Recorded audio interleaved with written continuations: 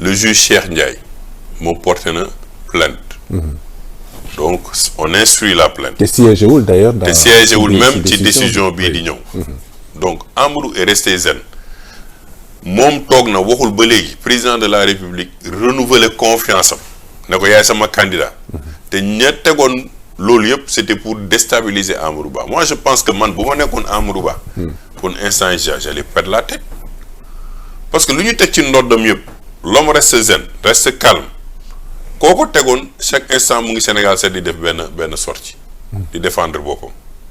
il est en train de gérer l'État il est en train de gérer l'administration il est en train d'essayer de maintenir l'État en bon fonctionnement malgré toutes les difficultés qu'on est en train de vivre loolu lan la lay wante nit ki c'est un manager c'est un homme d'État parce que lu ñu fàtte Amadou Ba il a fait tous les échelons administratifs de l'État tout c'est-à-dire chef de service ba premier ministre dem inspecteur des domaines jaar fa ministre de l'économie affaires étrangères te fenn déggoo fa coow ba mu egg tey station ministre bi lii yëpp dal ci kawam di màbb ci kawam mu ne teg lan lay wax ci wolof dañu ne boo neewee teg wala yoon peut-être que tekk boobu moo koy woon yoon parce que ñi agité ba léegi ñoom rek ñooy wax ñooy tulli ñooy mbalax ñooy wax ñooy yuuxu ñooy weddi seen bopp et je suis sûr et certain à la fin de la journée que moom deram dina ci set mais ñii ñu ngi gën a dugal seen bopp problème parce que ñii di coow report démb c'était les mêmes opposants yi fi toogoon di nekk il faut que le président de la République respecte l'institution respecte la procédure respecte le calendrier républicain que président de la République il faut qu'il tienne les élections à date échue c'est les mêmes personnes aujourd'hui certains de l'opposition surtout et de la société civile qui te disent il faut que le président de la République répuisse pour qu'on dialogue mais loolu boo ubbee verrou boobu dootoo ko mën a tëj parce que lu xewate ci dëkk bi da ngay mujj ne il faut que le président de la République sans tenir compte de la constitution sans tenir compte de la constitution borom kër bu nekkee ci këram bu yàggee di waxtaan ju bëri ak njabootam rek dafay ñàkk fayda kilifa du bëri wax dafay jékki saa nga jël sa décision nga ne lii laa décidé ñëpp topp ci mais bu nekkee waxtaan bi bëri na mais yéen da ngeen a demoon dialogue pour dem élection ngeen dem élection arrêté élection pour delluwaat dialogue pour delluwaat élection mais kilifa googu nga xam ne warul bëri wax aussi est-ce que doxalinam aussi nekkul loo xam ne lu ñu mën a comprendre la dans la mesure où nee na benn ci candidat yi muy candidat am justement accusé nañ ko mu ne crise institutionnelle moom jot na ne mën na am et pour éviter ça nañu reporter élection yi pour toog waxtaan et cetera moom itam mu ñëw delluwaat renouveler candidat boobu ça. peut-être que xam nga yenn saa ñu dugal le président de la République tamit yenn saa yi ñu dugal la ci ay canevas parce que tu as des tendances ñëpp xam nañu au début depuis le début am na ñoo xam ne une aile dure de la PR. donc il y a une tendance forcément yu ko gëmloo wala yu ko wax yoo xam ne tey ça s'est avéré totalement faux. jusqu'à jouer de la stabilité du pays moom laa lay wax jusqu'à jouer de la stabilité du pays.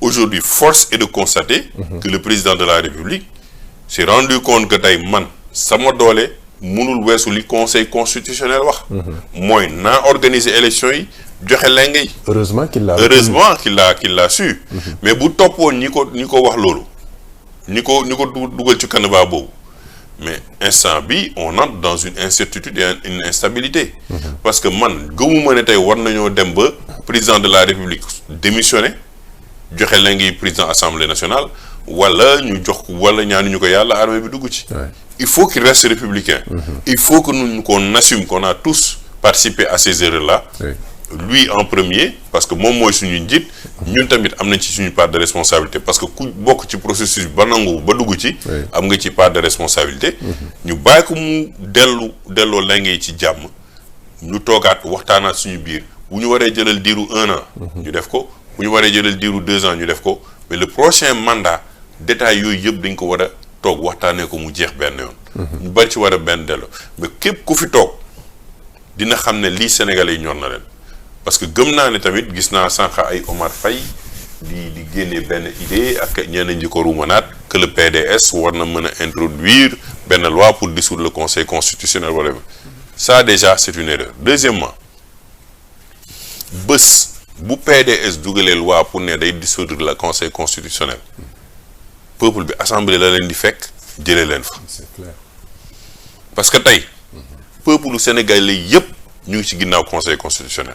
parce que décision bi conseil constitutionnel jël moom le peuple sénégalais bi xaar et le peuple est souverain. Et le peuple est au-dessus du Parti démocratique sénégalais, de l'APR, de Benno Bokk Yaakaar, de Pastef, de autres. C'est le peuple qui a dit et qui a dicté à travers li conseil constitutionnel wax ñoom seen i vœu.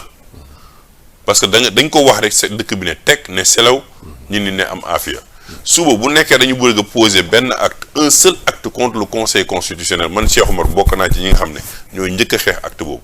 parce que je pense que aujourd'hui li conseil constitutionnel def moom moo préserver les acquis démocratiques de notre pays. C'est ça. Attitude PDS, on se rappelle de 2011 avec le vote du ticket présidentiel. Tey jii également ñu introduire benn projet de loi pour report. Heureusement conseil constitutionnel daal dina invalider loolu yëpp.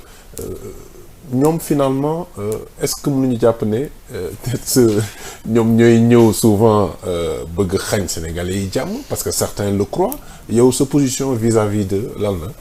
waaw mais man bon c'est moi j'ai jamais milité au PDS. oui man bés bu ñàkk laa commencé politique. si nga nekkee woon député. si laa nekkoon député. te lan moom mi doon ma nekk politique parce que dama doon xeex le 3e mandat du président Abdoulaye Wade. dans la société civile. dans la société non en tant que même bés bu ñàkk. Okay. Parce que 23 juin ak bésu ñàkk Sëñ Mansour bon maa ngi nekkoon buntu assemblée nationale. Et avec OSIDEA c'était non OSIDEA c'est bien après. OSIDEA c'est à partir de 2017 laa ko teg. D'accord. Mais man bañ may xam ma dugg ci politique. c'est bésu ñàkk ma ànd ak Sëñ Mansour Sy Djamil buntu assemblée nationale le 23 juin. Ok. lan la woon c'était pour combattre le ticket. C'est pour combattre le quart bloquant. Ouais. PDS gis na ñun juddu nañ fi gis PDS. Le cas Maître Babacar Sèye avec le conseil constitutionnel. Donc le PDS a une histoire au Sénégal.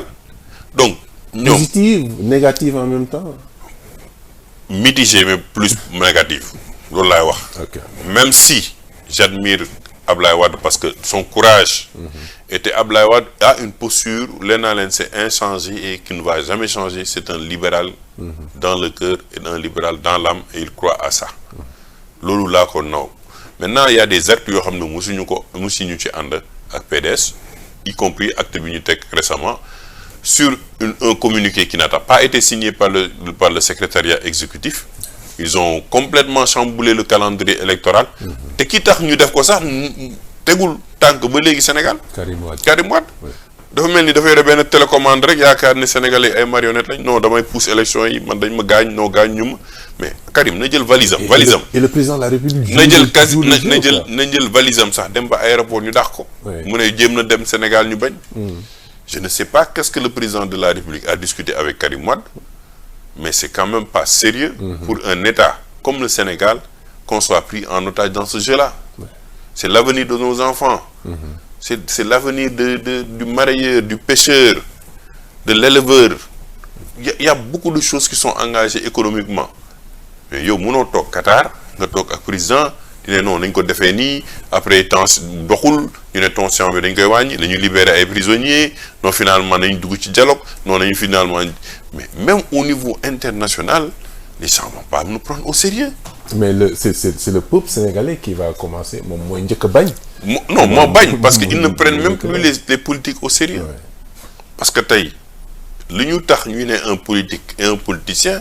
C'est pour la gestion de la cité. Et quand on parle de la gestion de la cité c'est la gestion du bien commun. li ñu bokk ñu ñëpp ñu jox ne la Cheikh Omar jiiteel nga fajal ñu suñu soxla. xoolal ñu suñu éducation xoolal ñu suñu santé xoolal ñu suñu xëyu xale yi xoolal ñu lii xoolal ñu la lii moo war a nekk sa priorité. nga leen déedawaay man ay calcul politique mooy kii damay tëj kii damay bàyyi kii damay encourager kii mais damay noot kii yooyu finalement le peuple se rebiffe. C'est ça. te nag il faut toujours faire confiance au peuple sénégalais. Ils sont très lucides. Très matures. Et très matures fi nga leen foogee ne yaa ngi leen di nax yaa ngi nax sa bopp parce que da nga xëy ñu sanctionner la sanction bu metti nga booy yeew fekk ñoom bàyyi nañ la fa. On parle